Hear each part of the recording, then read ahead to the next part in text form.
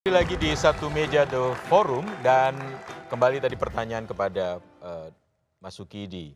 Apakah putusan MK ini konflik kepentingan atau jalan menuju dinasti atau memang asik-asik saja sih karena memberikan kesempatan anak-anak muda untuk tampil?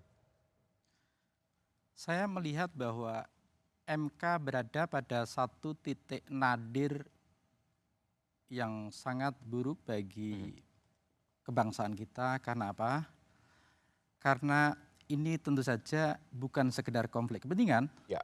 tetapi harus dibaca sebagai satu stempel pada kekuasaan yang pongah. Hmm. Ada hasrat untuk kekuasaan yang ingin ditempuh dengan jalan pintas, dan itu sebenarnya tidak sesuai dengan spirit anak muda yang cinta pada idealisme, cinta pada nilai, cinta pada meritokrasi, sehingga ini sebenarnya ngandung kontradiksi pada dirinya sendiri. Oh.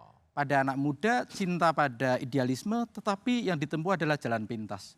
Itu pertama. Karena ini merupakan stempel pada kekuasaan yang berhasrat untuk berkuasa, maka kita menyaksikan yang sebenarnya selamat datang itu bukan selamat datang pada politik dinasti, tapi selamat datang pada politik Machiavelli. Oh. Machiavelli. Ini adalah pertunjukan satu politik yang Machiavellian, Ya. yang selalu berorientasi pada kekuasaan estetis. Memperlakukan kekuasaan semata-mata sebagai satu medan pertempuran untuk meraih dan mempertahankan kekuasaan. Oke. Kekuasaan itu dipisahkan dari etika, moral, dan nilai luhur bangsa ini. Oke, berat sekali apa yang disampaikan oleh Mas Sukidi. Bang Fahri gimana memperlakukan kekuasaan kok seperti yang disampaikan Ya, Mas Sukidi? pemilu itu kan perang zaman modern, Ya, ya kan? konflik yang Dulu kita berperang dengan senjata, dengan Mhm, pedang, dengan mesiu. mhm, Sekarang kita berperang dengan kata-kata. hmm, Tapi dia adalah perang. hmm, Di dalamnya itu pasti ada ketegangan-ketegangan mhm. yang saya katakan antara realitas di lapangan dengan standar yang kita sebut sebagai etika atau apapun gitu. Dalam perang itu ada glorifikasi tentang heroisme seorang pahlawan, tapi dia membunuh berdarah-darah tangannya.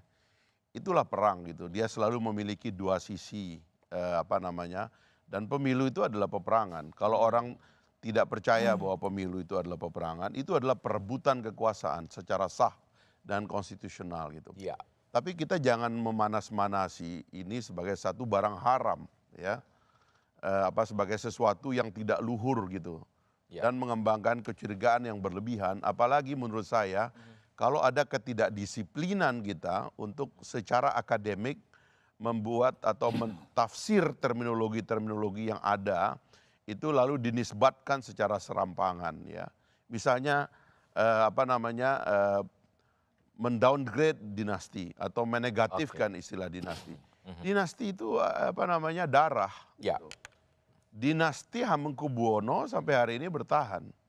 Dan orang Jawa mengaguminya sebagai sebuah dinasti. Oke. Kenapa kok kita jadi mempersoalkan dinasti? Atau kalau dalam tradisi demokrasi adalah keluarga politik. Keluarga politik itu sama dengan keluarga pedagang, dengan keluarga yang lain-lainnya. Itu ya keluarga yang punya tendensi menjadi politisi. Keluarga Bung Karno, keluarga Nehru, Ya. keluarga Kennedy itu keluarga. So what gitu? Kenapa dianggap salah gitu loh? Nah, Bang Fahri menyebutkan pemilu itu perang, ada dinasti nggak salah juga kemudian, tapi perang dalam hukum humaniter juga ada yang namanya etika dan sebagainya. oh iya. Mbak Pivit, sekarang sudah dibentuk MK, Majelis Kehormatan Mahkamah Konstitusi. Ada Prof. Jimli di situ yang disebutkan pernah menyatakan terbuka mendukung Pak Prabowo. Apa yang harus dilakukan publik kalau begitu? Ya, yang dilakukan publik jelas harus melihat ya bagaimana MK-MK ini bekerja. Dan begini, saya mau tarik lagi sedikit soal aturan main atau tadi kalau kita katakan politik adalah perang, tapi memang perang pun ada Geneva Convention Ya, tuh. Jadi ada rule of the game-nya ada. Nah, menurut saya rule of the game ini yang sudah mulai teracak-acak oleh perilaku yang haus kekuasaan tadi. Nah, jadi kalau misalnya pertanyaannya Mas Tra, oke jadi publik nih mesti ngapain? Bahwa sekarang ada keresahan ini, kegelisahan, sebagian kemarahan, buat saya itu bagus. Artinya ternyata tidak semua warga negara Indonesia ini tergila-gila dengan kekuasaan dan masih berpikir secara ada rasionalitasnya.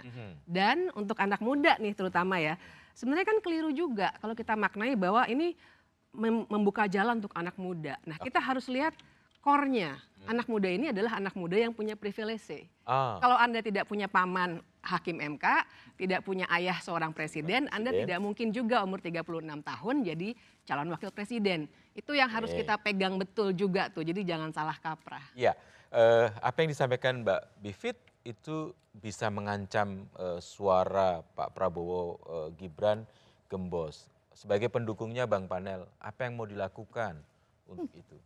Ya sebenarnya isu ini saya pikir udah selesai dan ini isu sebenarnya isunya Mbak Bibif ini. Ya, yang mengkonsumsi isu ini sangat terbatas sekali. Wah, Karena faktanya banyak yang kemudian menunggu juga hasil putusan MK itu secara positif gitu ya. Yang kedua, kalau ditanya bagaimana dampaknya isu ini terhadap pemenangan Pak Prabowo dan Gibran, hari ini sangat luar biasa ya. Kami tadi sama-sama memulai dari Indonesia Arena GBK, luar biasa antusiasme para pendukung Pak Prabowo Gibran dan juga sebagian besar menunggu di KPU. Saya melihat ada genggap gempita yang luar biasa di mana partisipasi publik tersedot mengantarkan pendaftaran Pak Prabowo dan Mas Gibran ke KPU tadi.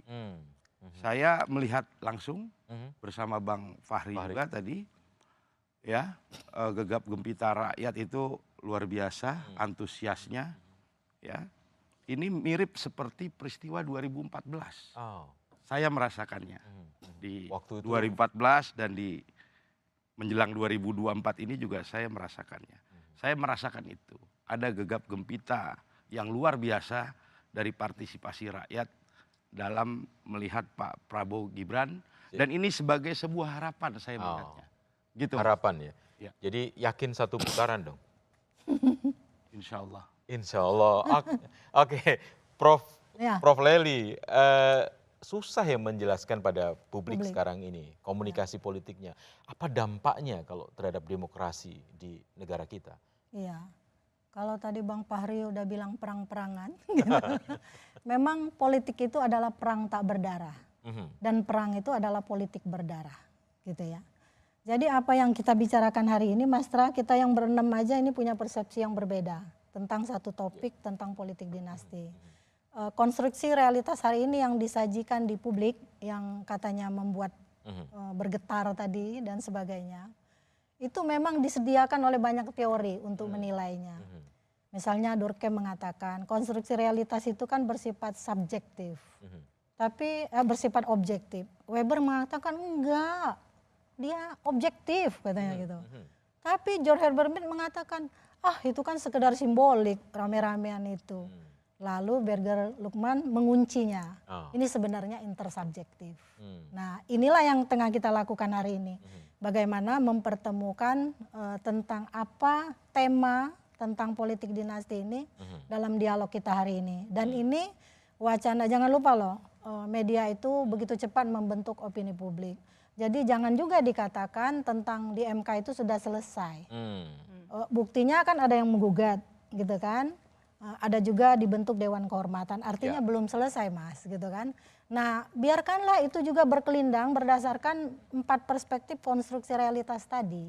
Sehingga semuanya terpuaskan untuk menjawab persoalan ini. Karena kalau tadi Bang Fahri juga mengatakan ini karena sistem yang salah. Presidensial threshold yang terlalu tinggi, kita nggak punya jalan. Bang Fahri yang dulu begitu kritisnya tiba-tiba nggak kritis lagi karena habis dapat penghargaan dari Pak Jokowi misalnya. Itu yang terjadi kan. Kenapa kalau bukan untuk anak muda, nanti kan pemilu 2024 banyak anak muda yang akan terpilih. Lalu mereka bilang nih, presiden dan calon presiden harus bisa maju meskipun usianya 25 tahun. Mungkin semua akan menerima. Iya, Bang Fahri mungkin lagi. Tapi saya juga nanti akan bertanya pada Mas Sukidi. Jawaban Bang Fahri yang katanya tidak kritis lagi, kata Prof. Lely, akan kita dengarkan seusai jeda ini.